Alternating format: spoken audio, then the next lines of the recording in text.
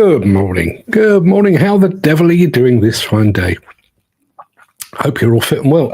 Thank you to all those that joined us for last night's two live shows. Well, three, but the two that were related to the Volvo big Arctic launch. We did one at 3:30 yesterday, did another one at 7 o'clock. We've actually had a comment on that from Gary Muirhead. Morning, Gary. He says, good morning, Mark. Good morning, guys. And thanks again for a wonderful show last night. Really loved the new range of amazing trucks from the mighty Volvo and old Gravel Charlie, the star of the show. I'd quite like Gravel Charlie to be my nickname. I realise I'm not called Charlie and I have nothing to do with gravel whatsoever, but Gravel Charlie kind of sounds like the name, sort of name I could get behind. But yeah, it was a very good show. And for anyone that missed it, fear not, I am going to show you those machines again. Don't worry about that at all. Who else do we have here? I think Jim Turner is here somewhere. There's Jim. I know Dan was here earlier. I'm not sure if he's still here. I'm fairly sure I saw Mick go through the chat, and Mark Whiting is here. Well, morning, fellas. How the devil are you doing? If you were here last night, you may remember that I was speaking to a guy over on Instagram, Demo MC, I think he was called, or MC Demo or something like that. He's actually reached out, and we may actually be doing something tomorrow, or not tomorrow, but something in the next couple of days. Try and get him on the show. Obviously, the timing, we'll have to pre-record it because he's in New Zealand and I'm in the UK, so the timing is somewhat off. But we'll see what we can do. Anyway, Gary, I'm going to come back to your question in a second because I do have something to say on that, but very, very quickly. Just before I came on here, like 9:45, I had a call from Noel McLean at RMAC Group this morning to tell me about an initiative that RMAC Group have just started among their workforce. RMAC is organising prostate cancer checks for all their male staff, and they're doing it regularly at their safety stand-downs. Noel explained, he didn't need to, but he explained his workforce is predominantly male, and a lot of them are in their 40s and 50s, which is obviously when prostate cancer can lie in wait. Now, personally, as someone, I mean, I've had the check. Not a bundle of laughs, but I've had the check. But I also know two people that have actually been diagnosed belatedly with prostate cancer. So hats off to RMAC. I think this is a fantastic initiative. In actual fact, I sincerely hope that the rest of the demolition industry, well, construction as well, but demolition industry follows suit. But I do think that's how a workforce should be cared for. And the very fact that they're basically taking the hassle out of it for their guys. And, as it stands at the moment, if you want to help a prostate check, you need to take a day off work, go and get your bits and pieces probed and everything else. Not a bundle of laughs. You have to organise it yourself. They've taken all of that fuss out of it and they're going to do it in-house, which I think is an awesome job. And Mick just said, well done, RMAC. In some ways, in many ways, it's no less than I expect from RMAC because that's what they do. But I think that's a great initiative. So if there's any other demolition contractors out there watching, and I know there are, follow suit. Do the same. It's the least you can do. Chris Ford is here, says, good morning, gang. You can't win with the weather. Bloody sun's in my eyes, and I can't attack from a different angle. Yeah, that's weather for you. Now, Gary actually asked me a question. How are you feeling after a triple head of shows yesterday? Well, oddly enough, I feel okay. And I realise that there is a thing called the placebo effect, and I may just be fooling myself, but I've got another one of these today, another Magic Mind, and this is my third. I'm tucking, breakfast. I have a bit of breakfast. I have one of these, and I feel okay. Listen, for anybody that's out there that's, working in construction and demolition, I realise that by comparison, my job is a piece of piss. I'm sat on my bony ass chatting. I realise it's not hard work, but you kind of gear your body to doing, and your mind to doing certain things. And I do the same thing day in, day out, 5 days a week generally. And then, sure enough, you top it up by adding another show, or then you add another show on top of that. So you're doing 3 shows, and your body goes, well, hey, hang on a minute. Not today. I feel absolutely fantastic.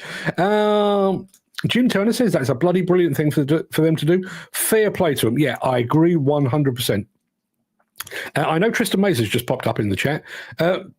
Tristan, if you literally just tuned in, Armac Demolition. I realise they're not your side of the industry, but they are doing basically free prostate cancer checks for all of their male staff. I think that's a fantastic initiative. I'd like to see it spread far and wide. So well done to them. Ken Hatcher has just arrived. Morning, Ken. Thank you for being here. And Mick says you can have a blood test for it. I think that may be. I think that may be exactly what Armac are doing. Would you necessarily want to go and be probed while you're on a safety stand out? Probably not. But a blood test? Hardly a big deal at all. And Tristan says, good morning, Mark. It's not that easy talking on live all the time. They managed to train me to do it. I train myself, actually, but you get the idea. Anyway, all of that aside, so, great news from the fine folks over at Armac. I'd love to see a few more people following suit. We do have another packed show for you today. I'm going to finish drinking my Magic Mind and see. I think Tristan may well be changing industries. He just said that's really good of them. Free finger in the bottom. I'm well up for this. Okay. There we go. I think it's called PCA. Better than a finger up the exhaust pipe. Quite right. Well, unless you're into that kind of thing. Crystal says, having had a prostate test, I take my hat off to Armac, but that's all on site. Yeah, absolutely. So, yes, a round of applause for Armac. I'm going to have another swig of my Magic Mind, and we'll be right back with the start of the show in just a second.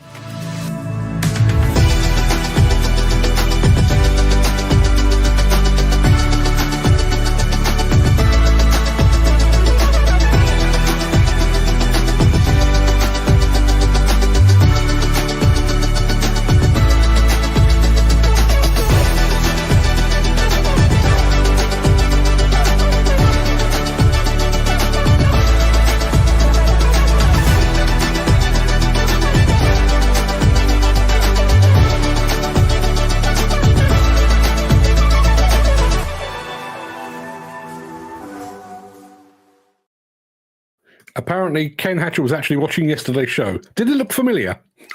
Were you sat there thinking, sure he said this nonsense before? That, to be honest, I say the same thing a lot, so don't be fooled by that, but thank you for joining us anyway. You've got the question of the day there, hopefully, in the chat. So it is that time. It is Wednesday, the 29th of January. Welcome to the Breakfast Show. I am your host, Mark Anthony, the Walrus of Demolition. In today's show, we're looking back at that magnificent Volvo Arctic product launch yesterday. Sany lifts the lid on its latest telescopic handler. Caterpillar switches up site safety with its detect system. And Volvo and engcon, a match made in heaven. Plus, and I did flag this up last night, so I'm just going to let you know again. In my morning monologue today, we're going to look at demolition and construction industry from a school leaver's perspective. And it doesn't make for encouraging reading. Before we get to all that, we do have the small matter of today's mystery machine to get to. We're going to go over to the Instagram very quickly. Let's make prostate exams fun and see how many fingers they can get up there. I'll be known as Kit Kat Maze by the end of this. If anybody would like to take part, feel free. Just don't tell me the outcome. I'd rather not have that image in my head. But he also says, in all seriousness, this is a really good idea. And hopefully we'll see something like this in the crane industry. Just very quickly, and I will get to the mystery machine in a second. I was speaking to one of Tristan's colleagues on an abortive podcast on the weekend. And one of the things that came up was the issue of getting young people into the industry. And there was also, there was another thing about there is no real kind of memorial for fallen demolition and construction workers. And the guy I was speaking to, as I say, Tristan's colleague over in the States, Clint Wood, said, why don't we do that? Why don't we do that? Why don't we do that? Why are we waiting for trade associations to pull their finger out? Why are we waiting, never mind prostate exams, to pull their finger out? Why are we waiting for government to pull their finger out? Why don't we as an industry do that? Come back to that. Yes, mystery machine. Let me show you the mystery machine. Well, let me show you this first.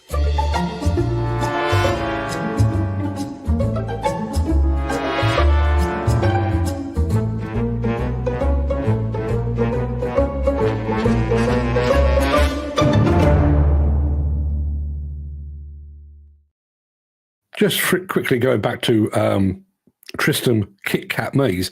In the States, you can get a 5-finger Kit Kat. It looks freakishly. You ever walk down the street and see one of those really big poodles? I think they may be called toy poodles, but an exceptionally large poodle, and you think, well, that's freak. Well, a Kit Kat with 5 fingers looks freakishly large.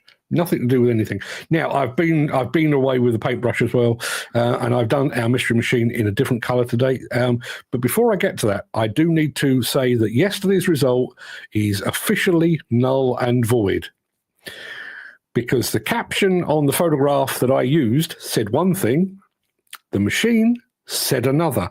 So Peter McKenna pointed out the fact that it wasn't an EX 2600-7. He was dead right. So yesterday's result, I won, but only because I cheated.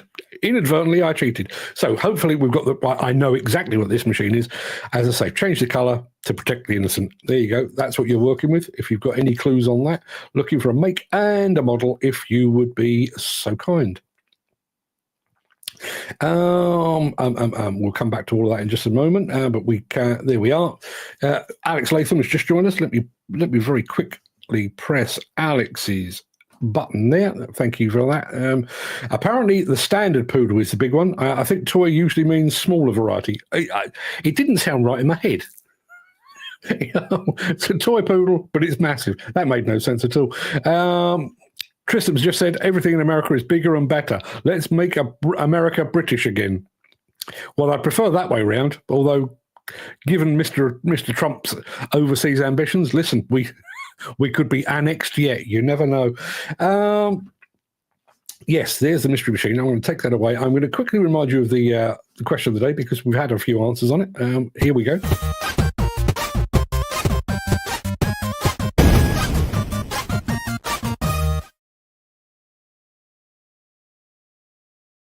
Yeah. Our question of today is a sweet one, and it is this. What is your favourite chocolate bar? Now, I need to be clear here. I'm going to be very specific. This is the subject that I'm very passionate about. I'm not talking about chocolate biscuits here. I'm not. Penguins and clubs and Viscounts do not count. I mean the type of chocolate bar that you find in the confectionery aisle at your supermarket or in the petrol station. And it turns out I'm in agreement with somebody else here as well. Back in the day, before diabetes all but closed this particular avenue of pleasure to me, I would have said a Mars bar. I was a Mars bar addict. Mars bar out the fridge, hot cup of tea. Life doesn't get better. However, took a bit of time off because of the diabetes. I do ration my chocolate intake quite a lot. Well, a lot these days. And now I find myself more of a Twix or a Kit Kat kind of guy. Not a Kit Kat Maze kind of guy, but a Twix or a Kit Kat. 2 fingers or 4 fingers? I'll leave you to fill in the jokes yourself. What have we got over in the chat? We have got... Gary Muirhead says, the one we sadly can't get anymore these days, the Golden Cup. Do you remember the Golden Cup? It was one of those chocolate bars, and I had, what the hell this has got to do with plant and equipment, I've no idea, but it was one of those chocolate bars. There was a season for it. And I don't mean like availability like you have with the Cadbury's Cream Egg. If you had a Golden Cup round about spring or autumn, you got a nice bit of sort of stretchiness on the toffee. Fantastic. Get one in the summer, all down your chin. Get one in the winter, too chewy. Yeah. Jim Turner, whole nut, twirl or Snickers. Snickers, I'm with you. Whole nut, I'm more of a fruit nut. I can't get on with a twirl. Can't get on with a twirl. Take me back and give me a ripple any day of the week. Mick says, there you are. My diabetes, none these days, but loved a soft Mars bar. Yeah.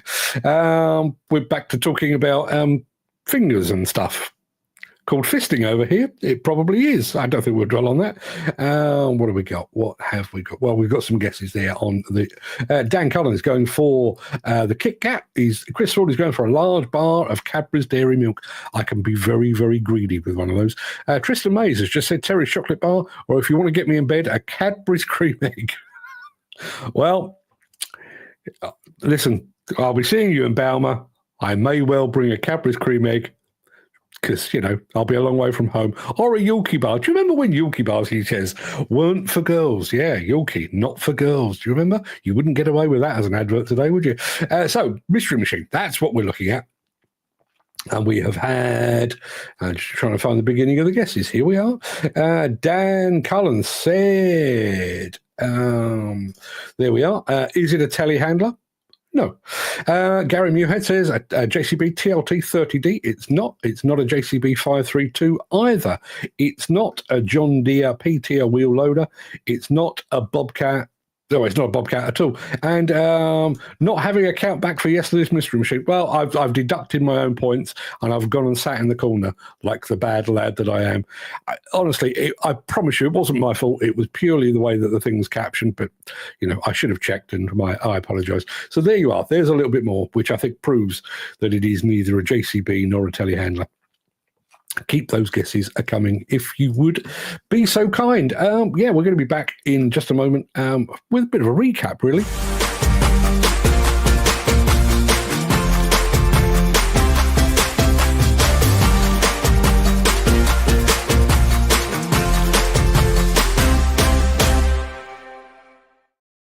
Yes, we have an anti-American boycott going on here. Sorry, mate, since the Yanks took over Cadbury, I haven't touched it. No taste. Well, when I last tried it, I am wondering, and this is not a dig at you at all, Mick, but I do wonder. There are some flavours that I remember being better when I was younger, and I think that's one of the reasons I've kind of eased away from Mars bars. When I was a kid, I couldn't get enough Mars bars. I mean, well into my 30s, there was always a Mars bar sat in the fridge. These days, I can go months and months without one, and I don't know whether it's they've changed or I've changed. They certainly feel like they're smaller now. Bring back the Aztec, I say. Bring back the Aztec or the Amazing. Anyone remember the Amazing? It's amazing what raisins can do. I could do the whole advert for you if you wish, but I'm sure you don't. Yes, Mystery Machine currently looks like that. Jim Turner is explaining that apparently there is more palm oil being used now. Which is not good in any way, shape, or form, as far as I know. And Alex Latham going for the John Deere 8R310. It's not one of those. Now, if you were here last night, I'm about to show you something you've already seen, but yesterday was a massive day for Volvo. Volvo have been on a bit of a roll of late. According to one of the guys that I spoke to, over the period of about 18 months, they're going to renew something like 40% of their entire product range, which is a big product range. I went to see their excavators up in Eskilstuna. I went back to see their latest demolition excavators. And then yesterday, they lifted the lid on their latest articulated dump trucks. And they look like this.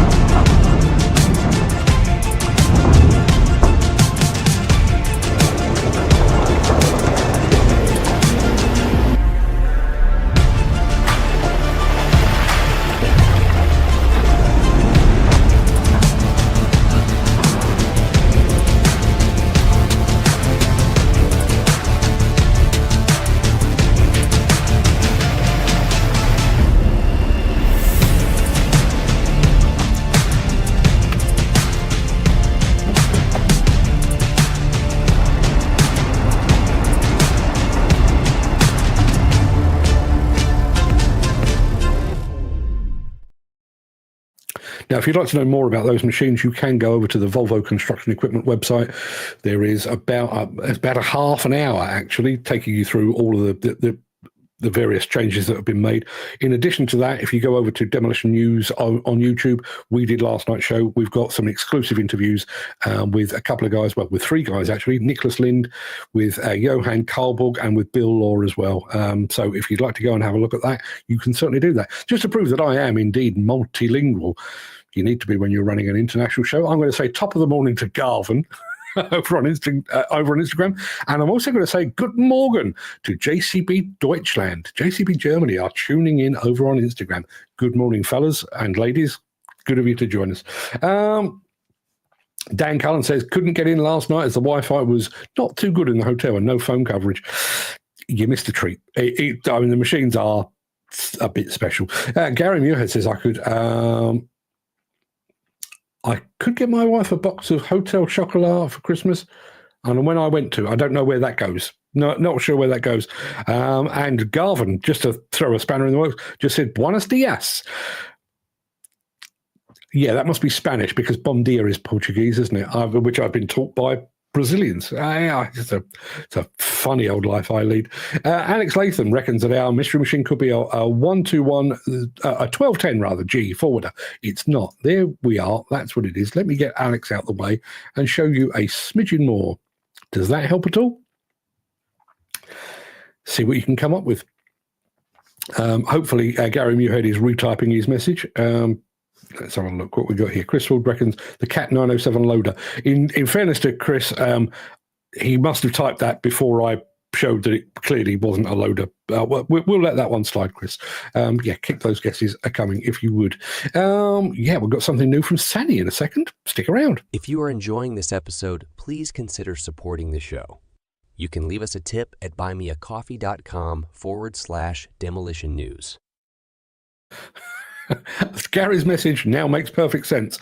I got my wife a box of Hotel Chocolat for Christmas, and when I went to with them, I thought I'd have to take out a bank loan. Wow. Yeah, and do you know the funny thing is, I realise that the ladies are appreciative because it is very nicely done. It is very nicely done, and all of the things.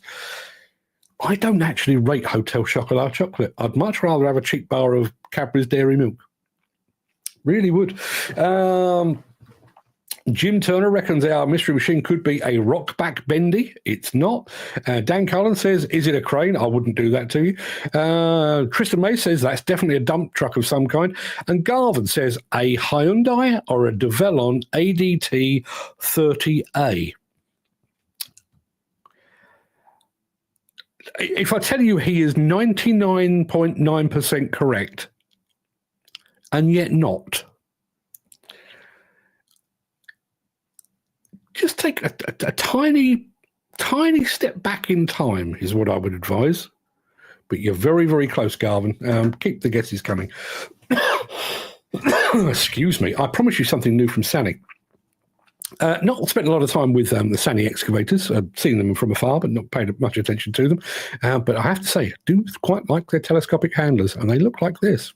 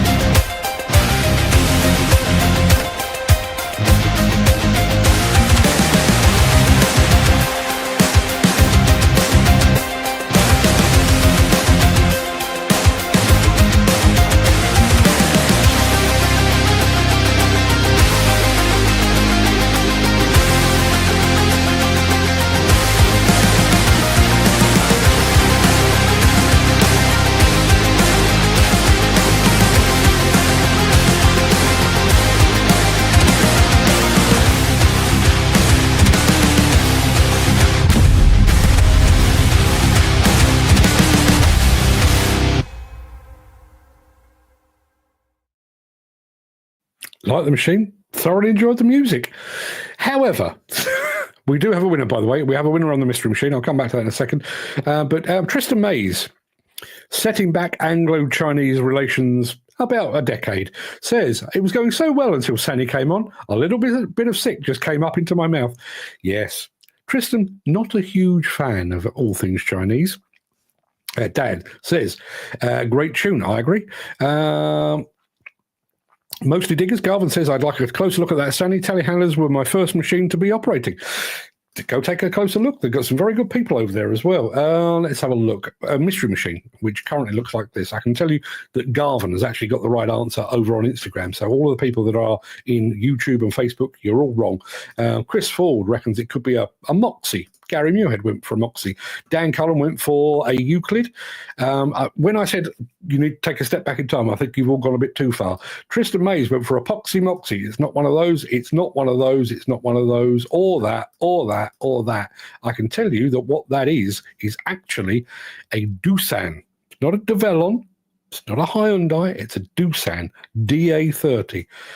There you are. There it is in the colour that I painted it. I was out first thing this morning with a spray can. Took me bloody ages, that did. But here's how I started. There you are, Doosan DA30. And Peter McKenna, I've checked it and double-checked it. Don't come at me. I know what that is. It's even written on the damn thing. It's a DA30. So congratulations, Garvin. Doesn't make a whole bunch of difference to the standings at the end of the league table. Where are we today? The 29th. It's all over by the shouting. Dan Cullen has now clocked up 3 months on the trot. Somebody needs to take a long, hard look at this.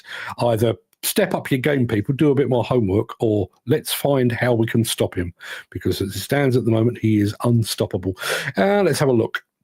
Oh, yeah, we're talking safety with Caterpillar in a second. Back after this. Since the finance bill came into effect in April, the construction industry has seen a surge of fuel thefts. The rising cost of living has placed an additional risk of theft by employees and contractors, as well as opportunistic thieves. By using diesel dye and placing warnings of its use, you are sending a clear message that this is your fuel.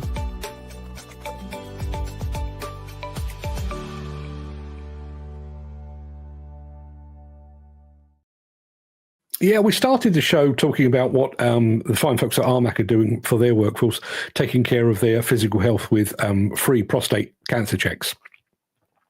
We're going to stick with the subject of worker safety in a slightly different way. This is what Caterpillar are doing. Here's a fact.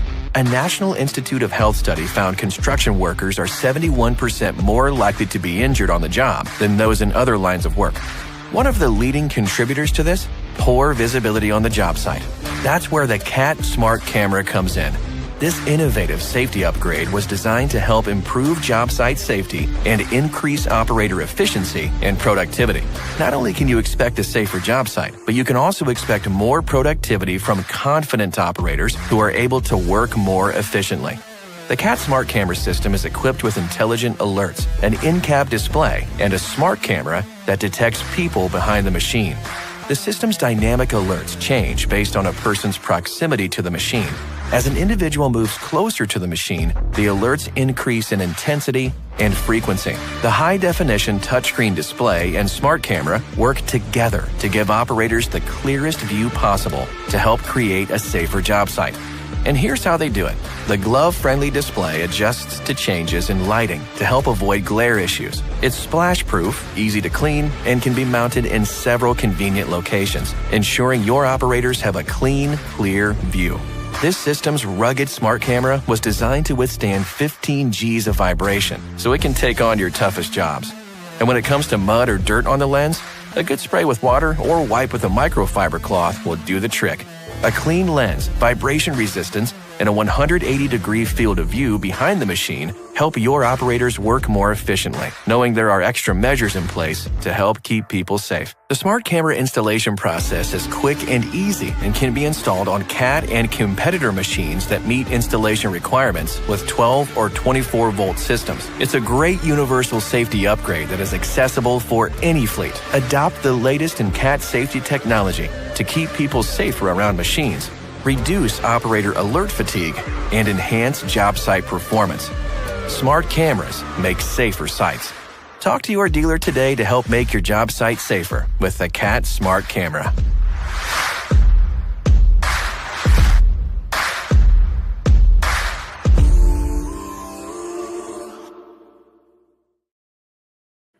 I'm going to say nothing. Instead of which, I'm going to say this from Gary Muirhead. Great idea, but why does it have to be an upgrade or an option, not standard? Damn good question, sir. Damn good question.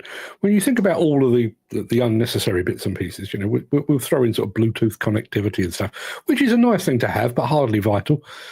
And yet something like that could potentially save lives is an optional extra. And you kind of need to ask yourself, if you're an operator and your boss has decided to buy a machine and has decided not to take that option, what do they think of you? I think the word expendable is the one we're looking for. Jay Walters over on Instagram just said, cool. And the reason that it's an optional extra, quite simply, money. Yeah. Listen, make up your own minds. Dan Cullen says, next month won't be on as much. There's a push on this asbestos removal request as it's holding the job back. Mad how asbestos looks harmless, yet is a slow killer to people. Which again goes back to our prostate cancer thing. Dan, just so you know, I have reached out to Dr. Yvonne. We've had a chat. She's basically out of action for a couple of weeks, but as soon as she's back, properly firing all cylinders, we'll be doing it. We will be getting something a bit more from Yvonne talking about all things asbestos, because apparently, I mean, the situation, particularly within the demolition industry, situation with asbestos exposure is bad today. It's going to get worse, people. It's going to get worse. And Jay Walters over on Instagram just said, yes, the cat detect system and the others like it. This is not a Caterpillar criticism. It's all of the companies. If you've got a system that potentially makes people safer, factor it into the cost. Don't give people the option. Just factor it in. Save some lives. Wouldn't that be a nice thing to do? We've got one more film to show you, which is hardly anything new, but it is just a pretty little film. And then it's morning monologue time. So I'll be back after this.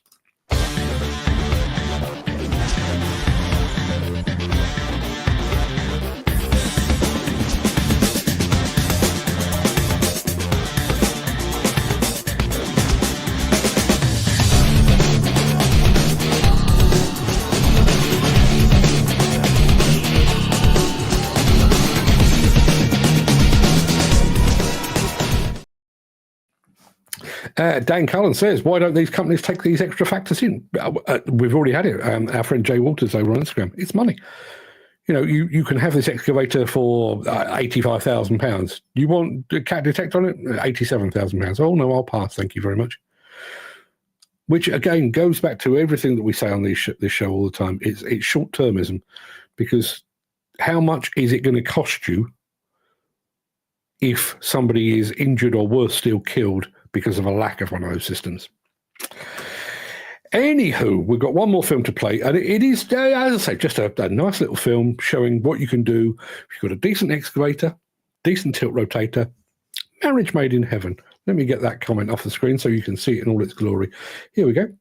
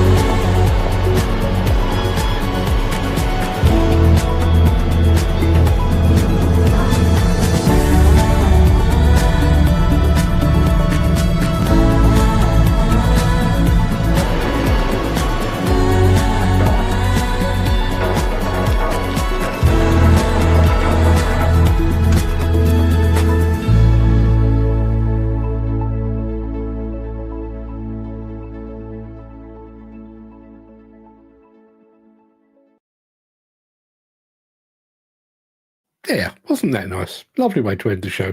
What do we got here? Mick has just said, Dan, the dangers of asbestos were known in the very early 1900s. Too many lords and politicians had money in the mines, and the report they got from the French medical people was buried. Yeah, it's about the size of it. And the bizarre thing is, you would think, as a society, we don't generally send too many people underground to mine coal. We stopped sending children up chimneys as chimney sweeps, and we look back at those things and think, wow, I can't believe we did those things. And yet there are dozens, hundreds, thousands of people going to work today in the demolition industry here and overseas, knowing they're going to get exposed to asbestos, and we're okay with that. That's fine, apparently. Yeah, what can I tell you? Gary Muirhead. Sorry, Mark, wrong colour. Yes, tilt rotators, unless they're black and green, apparently do not fly in that part of Scotland. Peter McKenna is here. Peter, the mystery machine is over and done with, but I double-checked on your behalf. I promise. We declare justice null and void again on your behalf. But good morning to you. Hope you're doing well, Peter. That just about wraps up the main part of this morning's show. I'm going to roll the outro in just a second before leaping gazelle-like into my morning monologue. If you can't stick around for that, then do please stay safe. I really do please stay safe. And if you are a man of a certain age and you don't happen to work with RMAC, I mean, unfortunate in that respect, get your prostate checked. I've done it. It's nowhere near as bad as everyone makes it out to be. I'm not going to say it's a fun afternoon, but it is worth doing. As I say, I know a couple of people that have had it, and I know one that had it. It was a bit of he had no symptoms, belated diagnosis, and he's now struggling quite a bit. He's going to survive. He's fine, but it's really screwed up his bladder, basically. Loss of control. I'm not going to dwell on it, but it's not a good place to be, people. So if you can get a check, go and do so. And if you're not doing that, look after yourself. Look after your family, your friends, and your colleagues. Hope to see you again very soon. I've already mentioned my Magic Mind thing. If you want a discount on this stuff, which seems to be doing things. I can't swear by it because I don't know, but it seems to be working. You can see the link in the chat to go and get yourself 45% off that. One more comment before we go over to there. Peter says, sorry, Mark, not a problem at all. We need to be accurate, people. We need to be accurate. And I was humbled, deservedly so. Twice mistakes have been made. Have we to come back and check your temperature? Maybe that would be a good idea. Anyway, it's morning monologue time. Immediately after this.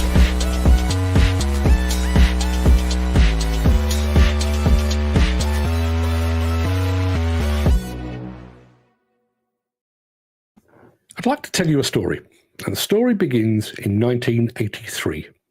I've just left college. I'm clean shaven. In fact, it will be another 10 years or so before I was shaving daily. I've got long hair because this was the 1980s. I've got questionable taste in clothing and music, again, because it was the 80s. Both the clothing and the music cost money. And I had a girlfriend too, so I needed cash. And besides, once I was out of full-time education, my dad was on my case on a daily basis, urging, pleading, and demanding that I get a job. Things were very different back then. There were employment agencies, but they specialised either in construction work or secretarial roles. I wanted neither of those. So my search for gainful employment was much more hands-on, much more laborious, much more tiresome and monotonous. It involved scouring the local newspaper for situations vacant, calling local businesses to offer my services, and in my case, it involved writing more than 100 letters to companies about which I knew precisely nothing, folding them, placing them into an envelope, and then walking to the nearest postbox to send them off. And then waiting. I remember there was a lot of waiting. Out of the 100+ letters that I sent, I landed several interviews. One was with a construction company in North London, which I considered too far away from home comforts. And another was for a contract furnishing company, just 2 stops away on the train, and not a million miles away from where I'd attended college, and better still, a short walk to my girlfriend's house.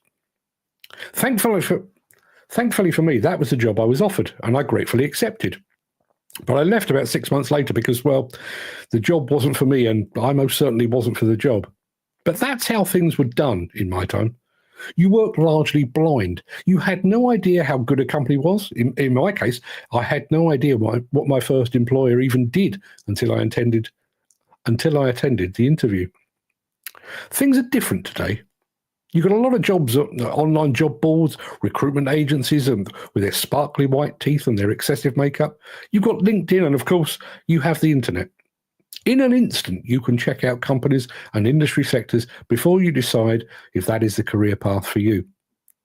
So yesterday afternoon, while I was waiting for the Volvo online product launch to commence, that's what I did. I did some role play. In my head, I imagined I was 18 again and desperate for a job, if only to get some peace from my father. First off, I used my daughter's computer as I didn't want my Google history to influence the search results. And I started by searching randomly for UK construction and UK demolition. The results I got back were not good. Not good at all. The first headlines all related to company insolvencies and economic difficulties impacting the sector. So I dug a little deeper, and there were headlines about accidents and site fatalities. I dug a little bit deeper still, and there was an array of headlines relating to fraud and corruption. It left me thinking, if I'd done that same research with my mum or dad sat beside me, I'm pretty sure they would have questioned my industry choice. So I cleared all of that, and I started searching individual companies in both demolition and construction. Like any self-respecting 18-year-old worth their salt today, I used ChatGPT to compile a list of the top 10 demolition firms and the top 10 construction firms. And then I started searching Google based on those names. If anything, that made things worse, particularly in the sphere of demolition. See, Google doesn't forget. And so many of the search results for the company's demolition's top 10 appeared alongside references to the CMA investigation into bid rigging, even though it was concluded almost 2 years ago. And once again, I was left to ponder how I would explain to my parents my eagerness to work for a company that had been found guilty of large-scale collusion. There were also a couple of fatal accidents mentioned too.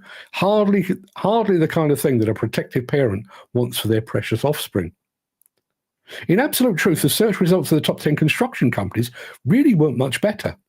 Although there were fewer mentions of both bid rigging and fatal accidents, there were more headlines relating to companies in financial difficulties, profit warnings, late payments to suppliers, narrow margins and losses made on specific projects. There was also a lot of recent headlines about issues with competence cards and the like, and the lack of women within the industry. Back in 1983, none of that would have mattered. Myself and my fellow school and college leavers were working mostly blind. To be honest, we were just glad to get an interview. But in the 42 years since, I've learned a lot about the demolition and construction sector. I've experienced the camaraderie and the banter. I've been up close with some of the most impressive equipment in the world. I've met some amazing people and seen some truly incredible projects. I've seen friends rise through the ranks to have well-paid and highly rewarding jobs. But I saw all those positives from within. In fact, I only saw all of those benefits once I was working within the sector.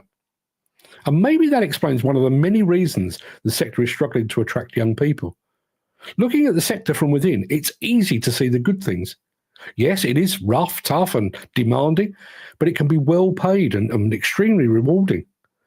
But looking at the sector from the outside, I saw enough from my Google search to put me off the industry for life. And I've got a horrible feeling that young people doing the same search today might just feel likewise. There you are.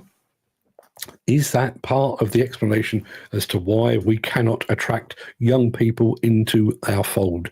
Because if you go search the headlines for UK demolition, UK construction, search the top 10 companies in both instances, it reads like a horror show. And unfortunately, and I realised, I mean, some of the search results that I was getting were actually things that I've written, which gave me slight pangs of guilt.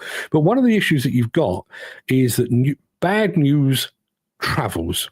So something like the news that we've done today about Armac doing prostate health checks for their staff. That's a headline that's on LinkedIn today. By tomorrow, it'll be forgotten about. And if there were to be a demolition accident or a fatality at some point today, it wouldn't even take until tomorrow. Armac would be off the front page and they would be swamped in bad news. The problem you've got is that young people are doing that. And I do think, you know, and I did do this, and maybe I was a little bit young for my age, but when I was looking for work, sort of 17, 18 years old. Some of what I was doing, I was actually doing sat with my mum at the kitchen table or sat with my dad on the sofa. What do you reckon of this one? Oh, you've heard of them. They'll be good. Give them a try. Can you imagine being sat there with a laptop? I've had a look at this, Mum. I really quite fancy a job in demolition. Demolition, show me. Oh, look at the sexy machines. Yeah, fantastic. Let's have a bit of a dig. Fatal accident, collusion, bribery, corruption. And I can just hear my mum, really? Yeah, I don't think so. Can we not find a better industry than that? I wonder if that's got something to do with it. So back to the chat.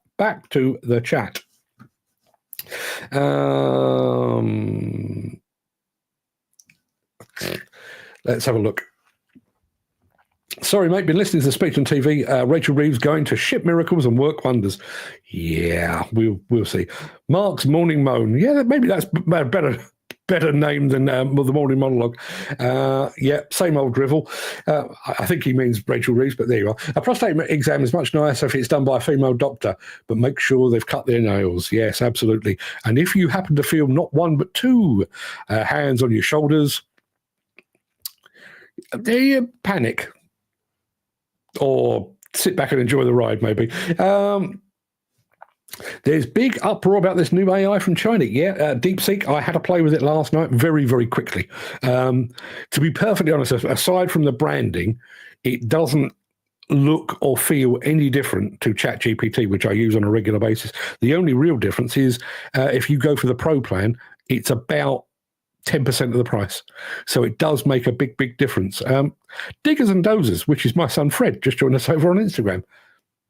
No idea what he's watching for, but I'm behaving myself, Fred. Don't you worry. Heathrow is getting its third runway. God help the poor gits who live there. It's official, is it? Okay. Peter McKenna says, young people nowadays don't want to get their hands dirty and don't want a job that affects their social lives. So no working overtime, no working nights or weekends. Is it as straightforward as that? Is it really as straightforward as that?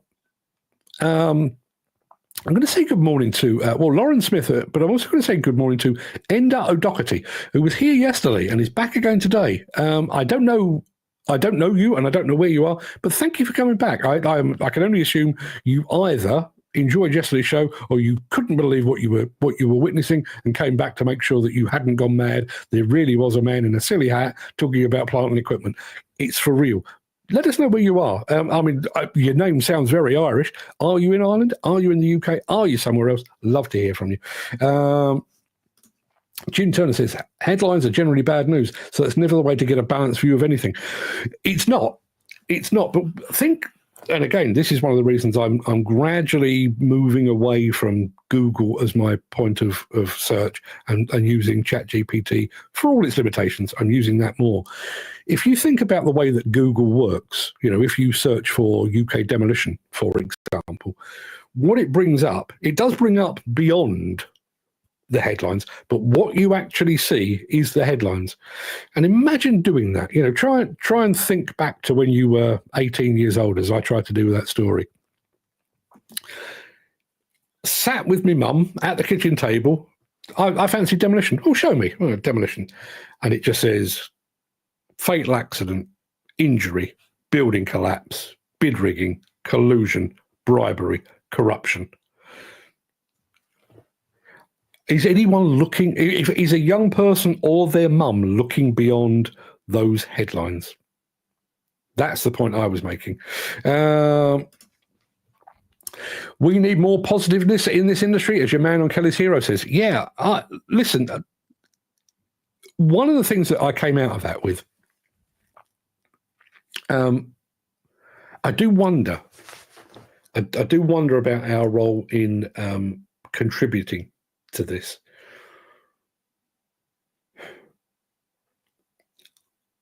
I've said this before. When I go to particularly ConExpo and MineExpo, I'm flying 5,000-6,000 miles to report on advances in emissions reduction. But I have just basically contributed to the demise of the planet by flying 5,000-6,000 miles to talk about the improvements to the environment. I find it hard to stack up, and I find it hard to countenance, and there's another word I'm looking for. Balance. Let's say balance. I do find it quite a hard thing to balance. Reconcile. That's the word I was looking for. And I wonder about this. Now, I said at the top of the show, I'd had a conversation with Clint and Megan Wood over at Crane Hub on Saturday this week, and we were talking about the lack of young people coming into the industry. And I'm even wondering if there is some scope for, we have women in construction. And the idea is that to present the positives of being a woman in construction. I wonder if the time has come to have something similar for young people.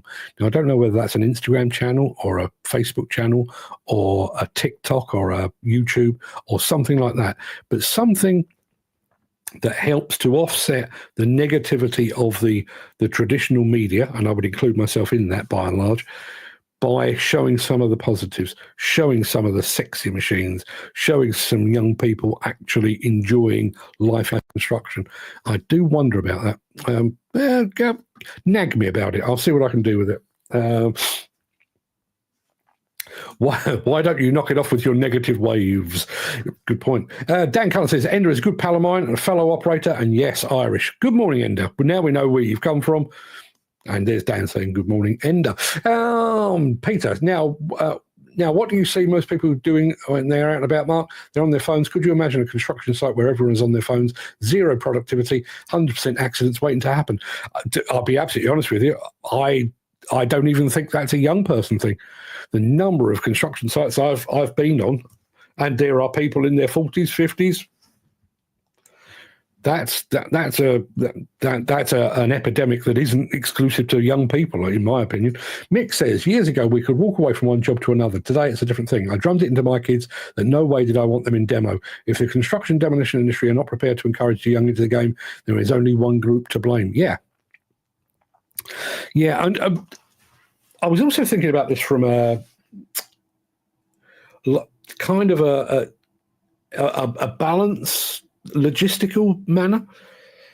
So we have like the skills show at the NEC once a year. So for 3 or 4 days at the NEC, it's all construction, demolition, razzmatazz. Isn't this fantastic? But then for 361 other days of the year, it's all doom and gloom and accidents and bribery and corruption. So there's no real balance there. I wonder, if I were acting as the PR to the industry or to individual companies, there's an easy fix for this. And I'll be honest with you, I did actually suggest this to one of the companies that was involved in the CMA investigation. In order for you to get that CMA monkey off your back, spend the next 6 months posting positive news about the latest apprentice you've employed, about the latest bit of charity work you've done, about the latest van or machine you've bought, about something you've done with a local school, about sponsoring a local football club. Just deluge the news streams and Google and all of these search engines with positive news. And sooner or later, it will take a while, but sooner or later, you will slowly bury the CMA investigation and its findings. But the industry is largely silent.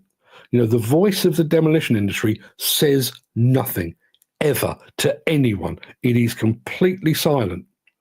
And the individual companies, there's a company, and I am going to reach out to them because I don't know them at all. There's a company over on LinkedIn now called Jim Wise Demolition. I think they're up in Staffordshire, sort of Stoke Way or thereabouts. Don't think they're particularly big or anything like that. But they are on LinkedIn on a daily basis. We're doing this, we're doing that. It's positive, it's positive, it's positive. They even did something recently, and I know we've got a couple of people in this part of the world. They did a thing. Basically, here is a blog post on these are the things that we can do specifically to customers in the Nottinghamshire area. It was almost a case of, we're in that part of the world. We understand how you work. We know the people. We know the form. And it was, as I say, not a massive company, but they are doing real proactive, positive things. And yet, the rest, not so much. Jim Turner says, Probably not, but that's their luck out. Question everything. Then you'll always be gaining knowledge and get closer to the truth. I wouldn't argue with that. No, I wouldn't argue with that at all. Why is there so much negativeness in? Because that's the best kind. Is it because companies treat workers like crap and you're only a number and replaceable? I don't think that helps. I mean, we touched on this last night. Oh, sorry. We touched on this last night because we had our friend over from New Zealand, and he was saying, you know, what a tough life it was, and you know, he was struggling for one reason or another. I don't think social media helps. I think the good thing about social media is giving everyone a voice. The bad thing about social media is it's given everyone a voice. So I don't think that helps at all. But I do wonder about what we used to refer to in PR terms as positive news placement. You know, making a conscious effort to put good news out into the world. And it doesn't have to be prostate exams or anything like that, but things that you're doing, you know, even little things, you know, internal things like, you know, you've had a cupcake sale, or, you know, somebody's celebrated 30 years with a company. Just positive, upbeat,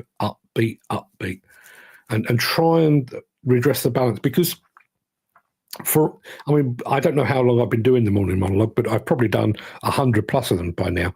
And by and large, they are all pretty negative. But there is so much good to say. There really is. And funnily enough, the one I'm doing tomorrow is going to be mostly upbeat. It does have a bit of negative, but it's mostly upbeat, because when you really look at this, you know, some of the nicest people I've ever met work in this industry. Some of the most impressive equipment I've ever seen is in this industry. I've been on projects where you're literally walking around with your mouth agape because you can't believe what human beings are capable of. But all of that gets lost. It does get lost, and I think individual companies have some of the blame to carry, but I also think the industry itself, so whether that's the NFDC within Demolition, or whether it's the Build UK or Construction Leadership Council, you know, all they ever do is, oh, there's this little bit of legislation, and we've got to abide by this, and we've got to abide by that. Fuck all that. Put some positive out into the world. And maybe that 15, 16, 17, 18-year-old boy or girl is going to look at that and go, yeah, I fancy a bit of that. That's the job for me. Peter McKenna says, I've not had my HGV license formally nearly 2 years now, or for nearly 2 years now. Yeah, I'm inundated with offers of employment. You can still jump from job to job, Michael, in certain industries. Tristan Mays, awesome point, and he has said this to me before, and I'm going to reiterate it because I do agree. I've said this before, Mark, years ago. We don't need women in construction. We need the right people in construction. I don't care who or what they are. Just make them the right people. We should be beyond that. You know, I realise this is a strange parallel to draw, but, you know, we've had the first black president. So hopefully, in America, obviously, we've had the first black president. So hopefully, when another one rolls around, we won't have to worry about that anymore. There'll just be a president. There won't be a black president, it'll just be a president. Much the same as we've had 3 female prime ministers. It shouldn't be a matter of female prime minister anymore. They should just be a prime minister. Same as construction. You know, if you want equality, then compete head to head, and if you are good enough to beat men into that role, you're the right person for the job, and at that point you are now just a construction worker or a demolition worker. You're not a female demolition worker, you're not a woman in construction, you're just a construction or demolition worker. 100% agree. Mr. Mays. Chris Ford says, in the years gone by, kids got an interest in demolition and construction going on site on a Saturday or school holidays, but they're not allowed to do that these days. We have sacrificed that on the altar of overblown safety. I don't want any children on construction sites or demolition sites. I don't want anybody young, I don't want anybody being hurt in the field of demolition or construction. But come on, people. Come on. You know, if we are to encourage young people into this industry, we need to give them some exposure. It's the same thing. I mention this a lot. Women in construction, ethnic minority representation in construction. You can't be what you can't see. So unless we're going to expose young people to the industry in one way or another, now whether that's outreach, people going into schools and talking, whether that's inviting schools to sites, whether that's doing more with local colleges, or maybe even things online. I don't know what it is, but unless we can show them of all the positives, we're not going to get them through the door. And we have a skill shortage. I talk about it virtually every day. We've got a skill shortage, and as it stands at the moment, if I were a major demolition and construction company, I would be researching how much of my process I could automate and autonomize, because as it stands today, I cannot see any end in sight to the skill shortage and to our inability to get young people to come into the industry. And if I can't get those people in, I'm going to have to find an alternative. And if that alternative happens to be a remote controlled machine, or it happens to be an autonomous machine, then so be it. If that's what it takes to keep my wheels turning, then that's what I'll do. Peter says, really, when do you see an industry really trying to attempt youngsters into any industry? There is no real push for it. And high time it changed. Tech industry does. Tech industry does very, very well. You look at the, I because of I do have a bit of an interest in these things. You have a look at these tech startups. The oldest person in the bloody office is 23 years old. Now, I do think there is a potential of riches beyond the dreams of avarice within the tech industry, but there's a bloody good screw to be made in construction and demolition as well. If you're willing to graft a bit. Jim Turner says, as I said last night, our industry needs to go into schools, as kids just don't know what happens in our industry. Plenty of practical kids out there, and they just don't know it, as they've never had a chance to find out who they are. You say that a lot, Jim. And whenever I think about this, and let me state for the record, I 5,000% agree with you. The problem we've got at the moment is that going into schools is, we mentioned it last night, you probably need to be CRB checked, or almost certainly need to be CRB checked. You need to have that liaison with local schools and that sort of thing. And I think one of the problems that we've got is that it's done in little silos. So you might have one company I'm in Epsom. There might be a little Epsom construction company who goes into 2 schools in Epsom. And there might be somebody in Basingstoke that goes into... Where's the national push? Could we not, we given the size of the industry, could we not come up with 10, 20, 50 industry ambassadors, divvy the country up into regions? So let's say London and the Southeast is a region, and that person, that ambassador, just goes from school to school to college to school to college to college to school, just day in, day out. They've got prepared materials, they've got magazines to give away and brochures and freebies and videos to play and slideshows to go through. A concerted industry-wide effort through ambassadors, and not ambassadors that are old fuckers like me. I mean people that are in their 20s. Maybe they're a bit streetwise. Maybe they don't speak the Queen's English in quite the way that you and I might. But the sort of people that a young person would go, I'm like him, or I'm like her, I could do that. Yeah, that sounds a bit of me. Somebody that's going to go into a school and say, I'm standing here, I do not have a GCSE to my name. If you look out in the car park, I turned up here in a BMW. I'm earning 45 grand a year, all expenses paid. I'm a senior manager on so-and-so sites. And I've done that with 0 qualifications. Now, I'm not saying we necessarily encourage a lack of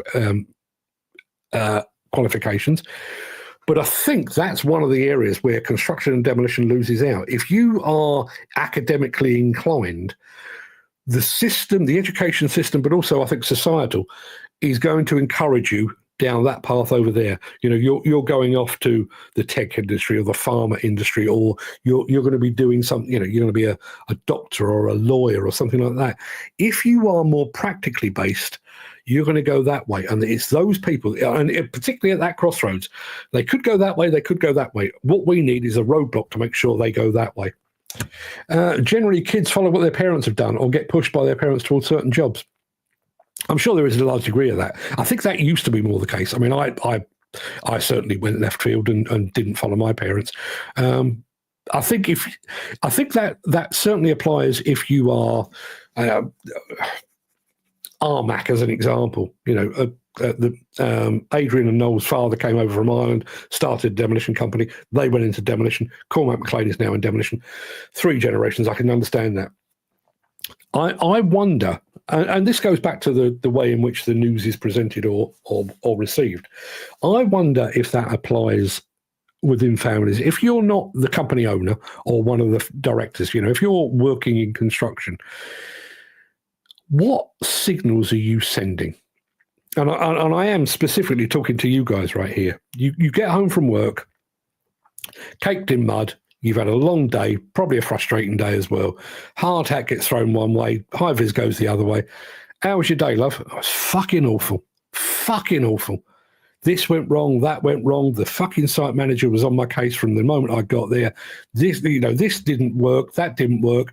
And once this job's over, I'm going to look for another job. If I'm a young person sat on the sofa listening to my mum or dad having that conversation, am I going to follow them into that line of business? Should construction do more advertising on mainstream media? The weird thing is, if you go to, the States is one. The States is one because obviously with cable TV and you get a lot of localized news. And I know we can do that here. You can, I'm going off the beam slightly, but you could actually place an advert on Sky now and have that ad only shown in a certain postcode region. So if there were a local butcher's, for example, there's a local butcher's opened up near me, I could see an advert for my local butcher's on Sky News, and they basically just inject it into the stream. So rather than me seeing a national ad, I see a localized ad. Cable TV in the States works the same way. So you do get the local car dealers on there, maybe the local construction companies on there. You certainly see it in particularly the larger states like Texas, you know, where there's a big spread of companies there. You get it there, but you also get it in Australia. Some of the Australian mining companies, construction companies, demolition companies do TV advertising. So you are exposed to that. I think we're a bit too small. Mick says, Jim goes back to the old days. We had school careers people and construction was pushed. These days, kids are on computers. Youngsters don't want to be on site and have more likely seen how we were treated over the years. Well, that goes back to what I was just saying. You know, if you're going home at the end of a working day as a construction or demolition professional and you are really explaining how your day went, I'm not sure my kids would have followed me into a job in construction. Well, my positiveness is my company I'm with does listen to their operators and act on anything required immediately. Best company I've worked for in years. Good. Glad to hear it. Peter McKenna says, the only reason I dabbled with driving machine was because I've always liked big machines rather as a child. So apart from my HGV career, always had my feet not far from the cab of construction plant. Chris Ford. Oh, no, Tristan Mace. Chris Ford is 100% correct. I went to work with my dad on weekends and school holidays. I never died. No, you didn't. You didn't. And listen, I've just said it. You know, Cormac McLean pressed the button of a bridge demolition project 20 years ago. He was 3 years old. He's now bought a demolition company, and I realise that's an exceptional rise. But does that not prove my point? You know, if you can expose people, and 3 is quite young, but if you can expose people in the right way to the right things at the right time, show them what they could potentially be, that's the outcome you get. Mick says, don't like admitting this, but will. When I was fucked over by a few firms and had whatever loyalty kicked into my face, I worked the pavement, done my bird, but my kids didn't go without. Yet I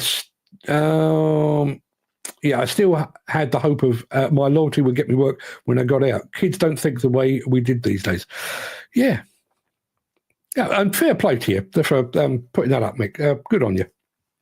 In fact, Peter McKenna's just patted you on the back. Good shout, he says. Dan says, I agree too with Chris. I learned off my dad, found a love for farming engines and equipment through him. Yeah. And yeah, as I say, we've put the shutters up. And it doesn't, I think with family would be easiest.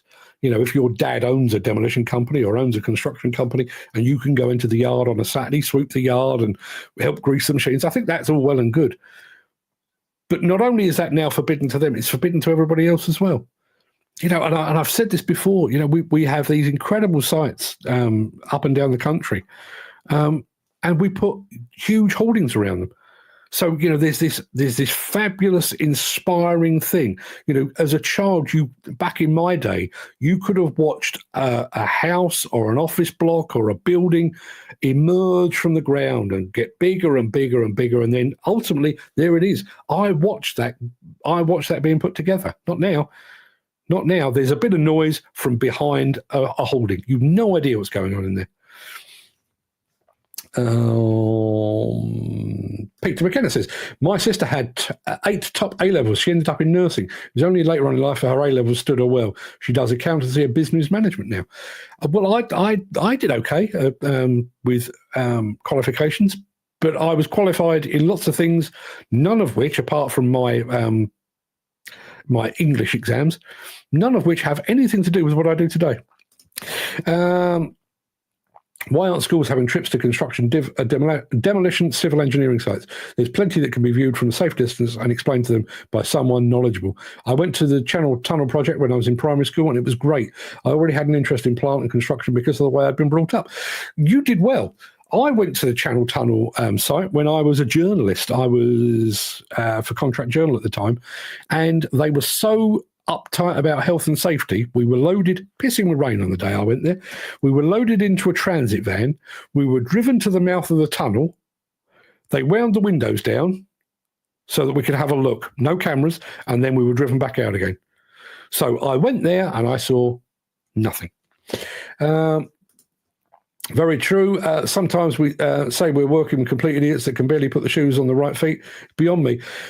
But even that, I understand it. And people are the most frustrating beasts on the planet. But if you're taking that I'm surrounded by idiots home with you, and I can't stop it. And in some ways, I don't think you should stop it. But if you are going home day in, day out to a family home, I am working with fucking clowns. Everybody's an idiot. Nobody deserves to be there. If I'm a 14, 15-year-old boy or girl and I'm looking at that thinking, do you know what? I don't really fancy working in that industry. That sounds like a lot like hard work and bloody thankless as well. You wonder how they even got their tickets. Yeah, well, I certainly agree with that. Tristram says, Tristram is correct. Rather, Dan says this. We need people, not just women in construction. Yeah, I agree. Jim says, yes, Mick, schools are no use to kids. My lad's gone into the family trade of being a plant operator and he's enjoying it. Peter McKenna, health and safety, put the shutters up because of the odd death here and there. And that same happens now in farming. Yeah, listen, it happens across industry, every single industry.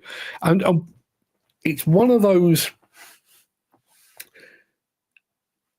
overreactions. It's like we've touched on this before, or I've certainly touched on this before, in the way that we're heading blindly towards net zero. I'm a believer in net zero. I want my grandchildren and my grandchildren's children to breathe clean air, and I don't want them to have to grow gills because the world is underwater. I'm all about that. But because it is such a focus, it's become, we make decisions that are not strictly sensible because of our ambition to do that. And I would say exactly the same here. I don't want children walking around demolition and construction sites. I don't want children and young people to be injured or killed. I don't want any of that. But because we've taken such a sweeping, all-encompassing, lockdown, we just put a blanket ban over it. We can't encourage the next generation of demolition construction workers. Even things like, we touched on this last night, CRB checks. And I understand the need for CRB checks. I fully understand that. And I understand the well-meaning behind it. Our young people should be protected and all that sort of thing. But we have made it so rigorous that, even if you were an outgoing local demolition company or an outgoing local construction company and you actually set yourself a target, I'm going to give this guy in the office the job of going from school to school, college to college, and encouraging people to come and spend some time with us to see what it's all about. But they've got to go through a CRB check. You've got to liaise with the local authority. You've then got to liaise with the local education authority. The local education authority will encourage the schools to invite you in, but there's no real need for them to do so. And after which you just look at it and go, oh, bollocks then. I'm not going to bother. I wanted to, but I can't because you've just made it too fucking hard. Got to go now. Have a fantastic Wednesday hump day. Stay safe and be positive. Trying my best. Peter says, all my qualifications in school were below average apart from English, B, GCSE. All the rest were D or below, but unless it's practical training in useless at learning, unless it's at my pace. There's another thing that we've lost sight of. People do learn different. People do learn different. I listen to a lot of podcasts. I listen to a lot of audiobooks. I usually have 2 or 3 audiobooks on the go at any given time. I've got about a dozen podcasts that I listen to on a regular basis. If I actually want to learn a thing, I get a book, an actual book, because I know I'm a visual learner. I can take in a lot of information. Some of the podcasts I listen to, I even listen to on 1.5 times speed. I speed it up to get more into my head. But if I want to learn a thing, I will sit down and I will read a book. Where's the allowance for that in schools?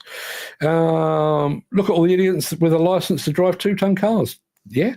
All this talk of Reeves and the plan she has made does not make sense. Where the hell are they going to get the trades for all this she is planning for? The construction industry is not sorting out the skill shortage. Because there's a little Westminster bubble over there who do one thing, and there's another bubble over here of demolition and construction who do another, and never the twain shall meet. Is Ender still here? I don't know if Ender's still here. The way Instagram works, he was here and he goes up the screen. I don't know whether he's still here or not. But Ender, if you are here, wave, would you? The transport industry a couple of years ago went to the government and national news saying that we would be short of products in shops and stores, so the government changed the entry into driving HGV by making it so you could go from far to class 1 in one hit. Construction should do the same. It's a thought. And there's Dan. I'm more a physical learner than reading. Yeah. To a large, I think that I'm a bit the same. If I'm teaching myself like this, when I decided to turn my weird brain into a live stream, I basically went away and I watched YouTube videos and I read books on how to do live streaming. If I wanted to learn how to make a bed frame, I don't even know where that's come from. Make a bed frame out of wood. I would sit down and watch YouTube video after YouTube video, and I would do it with a saw in my hand. Like this, rewind. Oh, okay. That's how I would learn. You're absolutely right. That should have been car to class 1. Okay, let me just wind that back. Not far from to class 1, car to class 1. That makes a lot more sense now. Anywho, people, that is 1 hour and 20 minutes, 80 minutes of your time. Good Lord, I do apologise for babbling on for so long. But hey, listen, look, see, here's the thing. I was about to end the show, but here's the thing. Who else is having these conversations? Is anybody? Do you think the next meeting of the Construction Leadership Council, or the next meeting of the National Federation of Demolition Contractors, or the next meeting of Build UK, or the next meeting of the Home Builders Federation, are they talking about this? I'm thinking not. Peter McKenna says, only us, Mark. Yeah. let's face it, they now treat you like a kid, make decisions for you. Yeah, they absolutely do. And the bizarre thing is, they treat you like a kid whilst not engaging with actual kids. There's probably something vaguely psychotic about that. Dan says, another exceptional show today. Well done, Mark. Thank you very much indeed, Dan. My one-man fan club. Peter McKenna says, does anyone have any of these conversations we have on the show? I don't believe they do.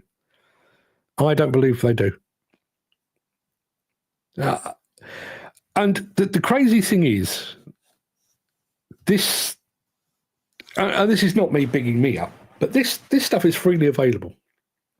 This actual live, this show is watched by a few hundred people. By the time it's been through, the mill over on YouTube, on Facebook, and on Instagram, thousands of people will watch this.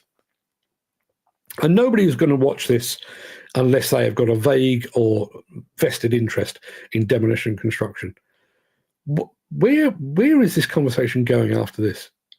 There's an Institute of Demolition Engineers meeting in the back end of February. Why are they not setting aside part of that for this kind of thing? No agendas, no structure. Just, guys, we need to sort this the fuck out. Why is that not happening? And I think one of the issues that you've got, and listen, I've been involved in a few of them, and I would host a few of them. The problem with a lot of this is, we have things like CPD points, and we have people with vested interest. So you have somebody who's going to do a talk one evening on, I don't know, asbestos awareness, for example. But it will be somebody from an asbestos company, and maybe they're being sponsored to do it or whatever it might be. That's fine, and I encourage that kind of thing. I love that kind of engagement. But where is the two-way? Where is the conversation where you've got people from all ends, directors of companies, the guy that drives the broom on site, the guy that drives the excavator on site, the guy that orders the machines, the guy, where is all of that conversation? It's not happening. We've got all these little bloody silos. Yeah, they have blinkers on. You're absolutely right. Peter says 100%. I should think people listen, but the ones who can't remain silent. Yes. The voice of the demolition industry. Listen. Can you hear it? No. Me either. Mick says, stay safe, gents. The Hound heard the Guinness is on tap. Still got a hankering. Still done nothing about it. Probably for the best, actually, because it's the road. Therein lies the road to ruin. People, go and have a fine day, would you? Despite the fact that I've dragged it all down and made it all sound very depressing. If there are any young people that watching, take it from me. It's better than Google would suggest. It really is. Back tomorrow for more of the same. And there's only one show today, so you can get 22 and a half hours rest from me. These conversations go on in most site cabins, but management likes to discourage it. I bet they do. I bet they bloody do. Maybe that's what I should do. Just go from site to site. That should be my thing. Just go from site to site and rabble-rouse. Kind of like that as an idea. Everybody, go and have a fantastic day. See you tomorrow.